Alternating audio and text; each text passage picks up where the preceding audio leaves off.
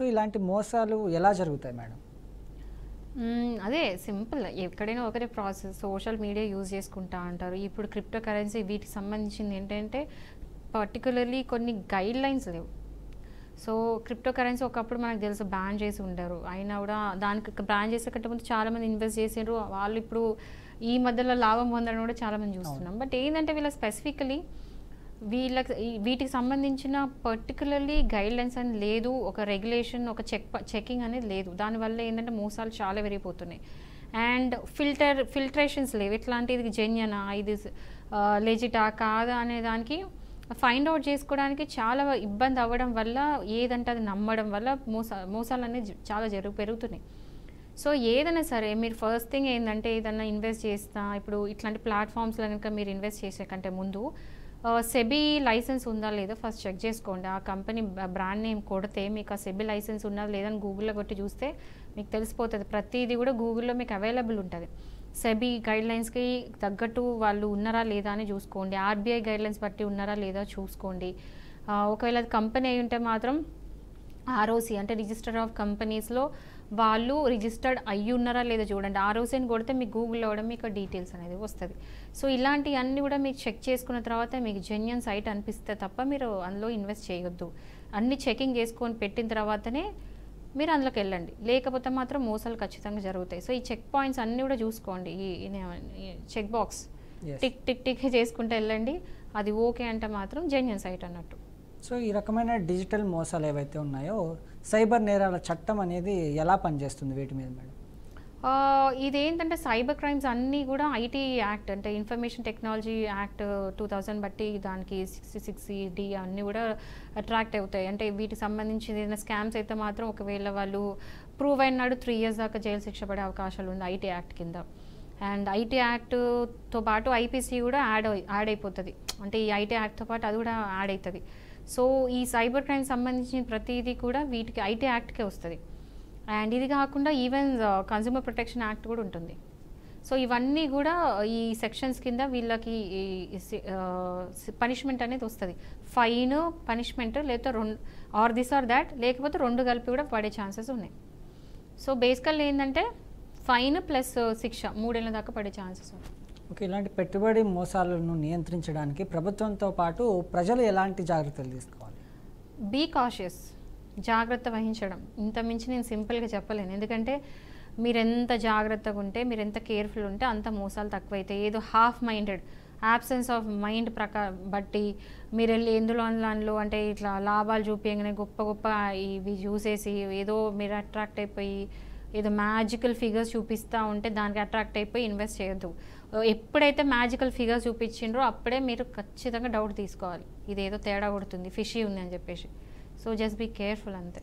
And ఇప్పటి తరం వాళ్ళకి ఏంటంటే ఆన్లైన్ గురించి తెలుసు, డిజిటల్ టెక్నాలజీ కొంచెం తెలుసు, అయినా కూడా ఇట్లా నేరాలకి నేరస్తులు ఎవరైతే ఉంటారో ఇట్లా ఆన్లైన్లో వాళ్ళకి ఆ మోసపోతున్నారు.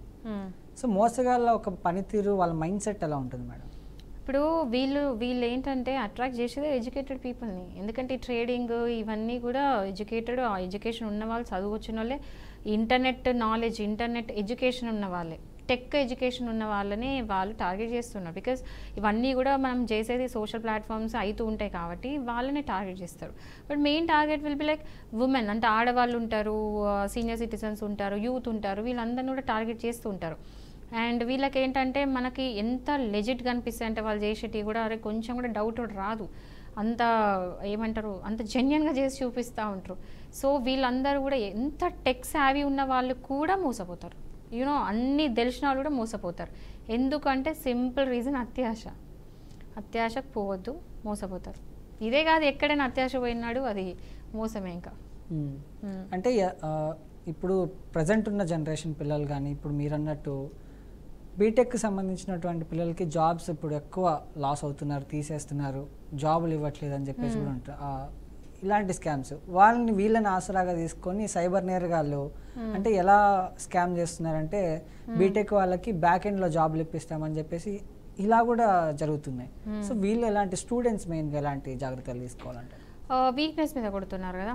ఎందుకంటే ఇప్పుడు బీటెక్ ఎట్లా అయిపోయిందంటే ఈజీగా సీట్స్ దొరికిపోతున్నాయి. There are numerous colleges, engineering కాలేజెస్లో ఇట్లా కుప్పలు కుప్పలు ఉన్నాయి. అంటే అసలు అది ఆ లైసెన్స్ ఇస్తా పోతున్నారు, వీళ్ళు పెడతా పోతా ఉన్నారు. నెంబర్ ఆఫ్ ఇంజనీరింగ్ కాలేజెస్ అయినాయి. ఇన్ని నెంబర్ ఆఫ్ కాలేజెస్ అయ్యేసరికి స్టూడెంట్స్ కూడా అంత ఈజీగా చాలా అంటే లక్షలలో పాస్ అవుట్ అవుతున్నారు ఎవ్రీ ఇయర్. అంతమంది పాస్ అవుట్ అయిన వాళ్ళకి అంత తగ్గట్టు ఆపర్చునిటీస్ లేవు. ఎంతమంది పాస్ అవుట్ అవుతున్నారో వాళ్ళకి ఈక్వాలెంట్గా ఆపర్చునిటీస్ లేవు. ఆ రేషియో సరిపోతలేదు, ఇన్బ్యాలెన్స్ ఉంది. అండ్ దెన్ వాళ్ళు ఏంటంటే జాబులు లేక ఇంట్లో కూర్చోవడం. బీటెక్ చేసిన వాళ్ళకి ఈరోజు బీటెక్ చేస్తే అసలు గొప్పే కాదు, ఏదో ఎవడైనా చేస్తున్నాడు అన్నట్టు అయిపోయింది. I don't want insult them, engineering స్టూడెంట్స్ని ఇన్సల్ట్ చేయట్లేదు, బట్ ఇది ఫ్యాక్ట్. ఎందుకంటే చాలా ఎవ్రీ ఇయర్ చాలామంది పాస్అవుట్స్ వస్తున్నారు ఇంజనీరింగ్ వాళ్ళు, ఎందుకంటే కాలేజెస్ పెరిగి. సో వీళ్ళకి ఏంటంటే అందరికీ లేవు కాబట్టి జాబులు, వాళ్ళు చాలామంది ఇయర్స్ తరపడి ఇంట్లో కూర్చున్న వాళ్ళకి యాడ్స్ ఇస్తూ ఉంటారు. మీకు ఈ కన్సల్టెన్సీ త్రూ, దాని త్రూ నేను ఇట్లా మీకు జాబ్ గ్యారంటీ, ట్రైనింగ్ 3 months ఇస్తా, మీకు 3 months ఇచ్చిన తర్వాత జాబ్లో పెట్టిస్తా, మీ ఫస్ట్ సెకండ్ మంత్ శాలరీ నాకు ఇవ్వాలి, సంథింగ్ ఏదో ఒకటి ఇట్లా రకరకాల స్కామ్స్ ఉంటాయి. సో వీళ్ళని టార్గెట్ చేసి వాళ్ళని ఇందులోకి దింపుతారు. ఇది కాకుండా మీకు జాబ్స్ ఇస్తా కాకుండా ట్రేడింగ్ చేయండి అనేది కూడా చూపిస్తూ ఉంటారు. వీళ్ళు ఆల్రెడీ ఏంటంటే ఓవర్ కాన్ఫిడెంట్గా ఉంటారు, అరే నాకు అన్నీ తెలుసు అన్నట్టుగా. బట్ అక్కడ కాదు, actual facts are different. So అక్కడ పోయిన తర్వాత స్కామ్ జరుగుతుంది, ఆ తర్వాత ఏమి చేయలేరు. కొంతమంది వెళ్ళి కంప్లైంట్ చేస్తారు, కొంతమంది కంప్లైంట్ చేయకుండా ఉండిపోతారు. సో ఎవరికైనా సరే ఈ కంప్లైంట్ మాత్రం ఇవ్వండి, ఇంట్లో కూర్చోకండి. కంప్లైంట్ ఇస్తే వేరే వాళ్ళని కాపాడిన వాళ్ళు అవుతారు. సో ఏంటంటే జాగ్రత్త, నేను ప్రతిదానికి నేను చెప్పేది ఒకటే సొల్యూషన్, జస్ట్ బీ కేర్ఫుల్. ఎందుకంటే prevention is better than cure. So always just be cautious and conscious. అంటే కాన్షియస్గా ఉండండి, ఏదైనా అవుతుంది అంటే మాత్రం జాగ్రత్తగా ఉండండి అని అర్థం. అండ్ ఈరోజు నేను ఒక న్యూస్ చూశాను, దానికి సంబంధించి ఎంఆర్ఓ ఆఫీస్లో ఆయన ఏఎస్ఐ అంట మరి ఒక వృద్ధుడిని, ఓల్డ్ మ్యాన్ని పట్టుకొని లాక్కొని బయటకు దోస్తున్నాడు. అసలు పోలీసులకి ఎంఆర్ఓ ఆఫీస్లో ఏం పని మేడం? నేను చూసాను ఆ వీడియో. ఏంటంటే ఇది నిర్మల్లో ఖానాపూర్ మండల్ అనుకుంటా, అక్కడ ఒక ఫార్మర్ వెళ్ళి ఎంఆర్ఓ ఆఫీస్లో ఆయన ఏదో కంప్లైంట్ కూడా కాదు, ఆయన ఏదో ఇద్దామని చెప్పేసి వెళ్ళిండు, ఏదో చెప్పుకుందామని వెళ్ళిన తర్వాత అక్కడ ఏం జరిగిందో ఏంటో డీటెయిల్స్ పక్కా పెడితే ఏమన్నా జరుగుండొచ్చు, ఎవరిదైనా తప్పు ఉండొచ్చు. బట్ అక్కడ ఒక పోలీస్ అంటే ఏఎస్ఐ అనుకుంటా, ఆయన వచ్చి ఆ ముసలాయనని డ్రాగ్ చేసుకుంటా, ఎంఆర్ఓ ఆఫీస్ నుంచి డ్రాగ్ చేసుకుంటా బయటికి ఈడ్చుకుంటా తీసుకెళ్ళిపోయి పడేసినాడు. ఆయన ఆ ముసలాయన వచ్చి కట్టబట్టుకుని నడిచి, ఆయన అంత సీనియర్ సిటిజన్. బట్ మామూలుగానే మనం ఎన్నోసార్లు మాట్లాడుకున్నాం, పోలీసులకి మ్యాన్ హ్యాండ్లింగ్ చేసే రైట్స్ లేవు. What ever may be the reason, A reason అయినా అవ్వచ్చు, మ్యాన్ హ్యాండ్లింగ్ చేసే ఛాన్సెస్ లేవు. ఎంఆర్ఓ ఆఫీస్లో ఎంట్రీ, అసలు ఎంఆర్ఓ ఆఫీస్లో పోలీసులకు పని ఏంటి? ఫస్ట్ థింగ్, సరే ఎవరో పిలుచుకున్నారు, సెక్యూరిటీ వైజ్ ప్రాబ్లం ఏంటి, పిలుచుకున్నారే కావచ్చు, కనీసం ఏజ్కి అయితే రెస్పెక్ట్ ఇవ్వలే. ఫస్ట్ థింగ్ అయిందా, పోలీసులు మ్యాన్ హ్యాండ్లింగ్ చేయడానికి లేదు, ఓకేనా? క్రిమినల్ ఇంటిమిడేషన్ అది, అండ్ అజాల్ట్. సో ఇవన్నీ ఉన్నాయి. సో ఇవన్నీ చేయడానికే లేదు. అది యంగ్ పర్సన్ అయినా సరే అట్లా డ్రాగ్ చేసుకుని తీసుకుంటూ వెళ్ళే రైట్స్ లేవు. అండ్ ఇక్కడైతే ఒక సీనియర్ సిటిజన్, అసలు చూడడానికి కూడా చాలా ఇది ఉంది.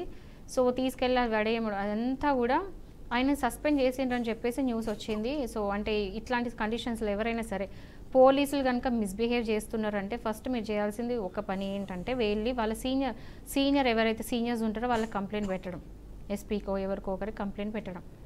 యాక్షన్ తీసుకుంటే పర్లేదు, లేదు అంటే you can still go to human rights commission. So human rights commission ఎందుకు వెళ్తారు అంటే, హ్యూమన్ రైట్స్ అనేది వాయిలేట్ అయినాయి, మీ బేసిక్ ఫండమెంటల్ రైట్స్ ఏవైతే ఉన్నాయో వాయిలేట్ అయినాయి. ఎందుకంటే మిస్బిహేవ్ చేయడం, ఎవరు కూడా పోలీసులు కాదు ఎవరు కూడా మ్యాన్ హ్యాండ్లింగ్ చేయడానికి లేదు, అటు వెళ్ళచ్చు. లేదు ఇది కూడా న్యాయం జరగలేదంటే హైకోర్టుకి వెళ్ళేసి ఆర్టికల్ 21 కింద మీరు ఒక ఆర్టికల్ 226 కింద మీరు ఒక రిట్ అనేది వేయొచ్చు.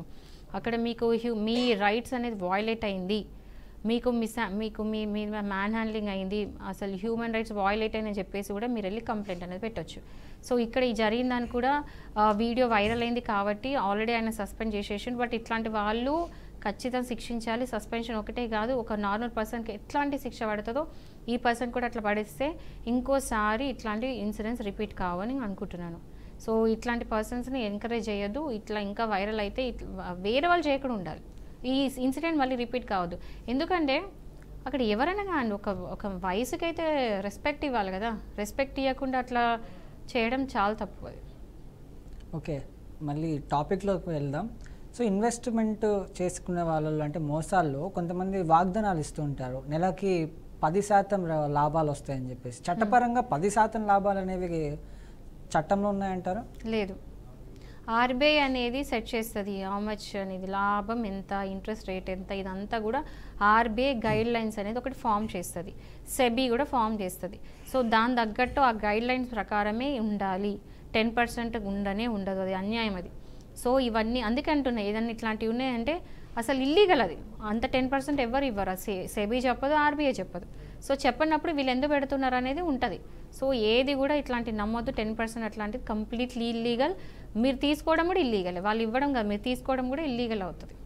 సో ప్రస్తుతం ఉన్న చట్టాల్లో బలహీనతలు ఎలా ఉన్నాయి, వీటిని నేరగాళ్ళు ఎలా దుర్వినియోగం చేస్తున్నారండి? బలహీనతలు నా దృష్టిలో అయితే ఒకటి ఏంటంటే డిలే, చాలా లేట్ అవుతూ ఉంటుంది. అంటే ఇప్పుడు ఈ సైబర్ క్రైమ్ ఎక్కడి నుంచి చేస్తారో తెలియదు. ఈ సైబర్ క్రైమ్, ఇన్వెస్ట్మెంట్, ఇదంతా కూడా ఆన్లైన్ ఫ్రాడ్స్.